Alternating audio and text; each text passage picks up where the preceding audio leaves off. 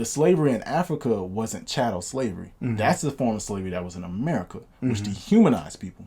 So now you have this new trauma of chattel slavery where you're not a human, you're not a person, and I treat you as an animal. I can do with you what I want. I'm abusing you. Rape is rampant.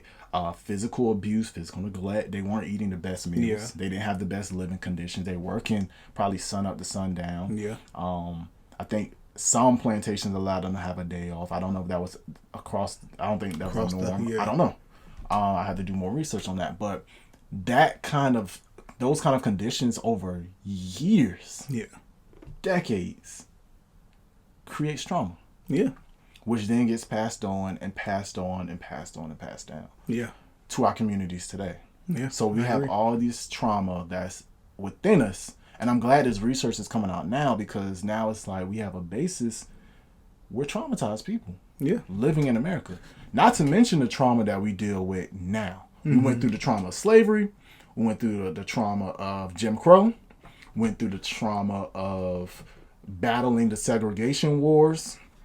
Went through the trauma of integration because then we had to fight with people with trying to be in a space. And now the trauma of, we can also say convict leasing, the trauma of police brutality, and everything that's going on now, racism, oppression, etc.